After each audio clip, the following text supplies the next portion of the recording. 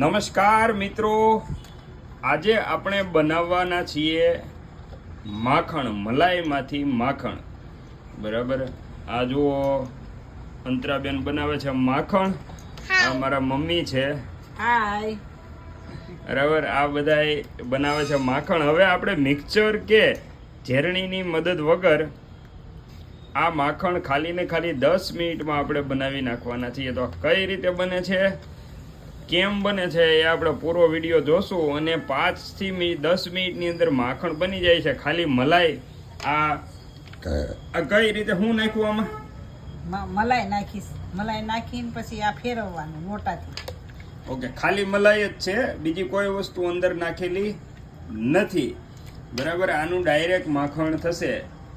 તો આપણે જોઈએ કે કઈ રીતે માખણ બને છે, કેટલી વાર લાગે છે. જો આ રીતે એક તગારું કે તપેલું લઈ, જેનું થોડું તળિયું મોટું હોય એવું તગારું કે તપેલું લઈ, એની અંદર આ વસ્તુ મિક્સ કરવાની છે. એની અંદર મિક્સ કરી અને આ લોટાથી આપણે હલાવતા રહેશું. એટલે 5 થી 10 મિનિટની અંદર તમારે માખણ થઈ જશે.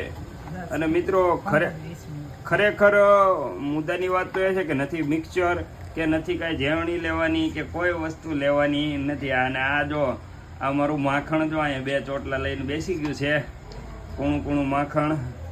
અને પછી જે આમાંથી દૂધ નીકળે ને એનું પનીર કરી નાખવાનું. ઓકે, જો ખાસ મુદ્દાની વાત તો એ છે કે દૂધમાંથી પનીર પણ થઈ જશે. એટલે માખણય થશે અને પનીરય થશે. તો તમે આવી કોઈ ટ્રીક કરી હોય એક વખત તો અવશ્ય કોમેન્ટ કરીને જણાવજો. અને વાસણ બગડે નહીં ઝાઝા, આપણે ઉટકવા નહીં. વાસણ બગડે નહીં, ઉટકવા ન પડે, મિક્સચરનો ઉપયોગ ન કરવો પડે, ઇલેક્ટ્રિસિટી બચે. આવા ઘણા ફાયદા આવી રીતે માખણ કરવાના છે. જો ધીમે ધીમે ઘાટું થવા મળ્યું છે. બરાબર, અને દાણા પણ પડવા. હવે હું મલાઈમાંથી માખણ, હા, માખણમાંથી ઘી, ઘી. ઓકે, અને ઘીમાંથી અંતરા ખાવાના. અંતરા ઘી ખાવાના. અંતરા ઘી ખાય. અરે આ મારી માવા મલાઈ ગુલ્ફી જો ને વાતું કરે છે, વાતુડી. જો તારા વાળ જા અંદર. એટલું ધ્યાન રાખતી હોય ને. બરાબર, જો આ રીતે માખણ બની રહ્યું છે અત્યારે. તો તમે પણ ઘરે એક વખત આવી રીતે અવશ્ય ટ્રાય કરજો અને ખરેખર સારું રિઝલ્ટ મળે છે. બરાબર, લગભગ 10 મિનિટ 10-15 મિનિટ આ.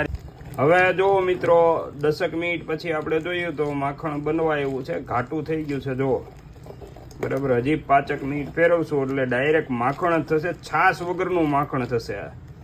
બરાબર, નકર જનરલી છાશ થતી હોય છે, ખાટી છાશ ને એ બધું થાય. આમાં એવું થતું જ નથી, ડાયરેક્ટ માખણ જ બને છે.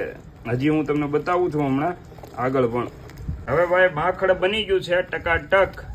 આ તમે જોઈ શકો છો, કાંઈ પણ કર્યા વગર એટલું માખણ તૈયાર થઈ ગયું છે.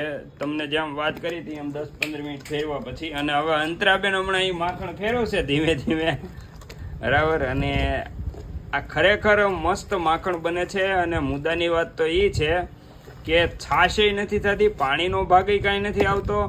અને ઘડીક એવું થતું હતું કે નહીં બને, પણ બની ગયું છે એલી બાકી. અને જોરદાર રિઝલ્ટ મળ્યું છે. જો આ તમારી નજીક લઈ જાઉં છું. આવું સરસ માખણ તમે ક્યાંય જોયું જ નહીં હોય, પાણી વગરનું માખણ. હો, બિલકુલ. આ નીચે દૂધ નીકળે છે. બરાબર, આ દૂધ બધું નીકળે છે. જો એટલે મુદ્દાની વાત તો એ છે કે ક્યાંય છાશ કે પાણી આવ્યું જ નથી. ખાલી ને ખાલી દૂધની મલાઈમાંથી ડાયરેક્ટ માખણ થઈ ગયું છે. અને આ દૂધનું છે ને ઈ જો પનીર કરવાનું, પનીર બનાવવાનું છે. બીજા નંબરમાં હવે આનું ઘી પણ ઝડપથી થશે. શું કામ? કારણ કે આની અંદર પાણી નથી કોઈ જગ્યાએ, એટલે ઘી પણ ખૂબ સરસ થશે. અને 1 મિનિટ ભાઈ, આ દાણા વાળું જોઈ લો તમે, કેવું માખણ બન્યું છે, દાણેદાર. તો તમે એક વખત અવશ્ય આવી રીતે ઘરે માખણ બનાવજો.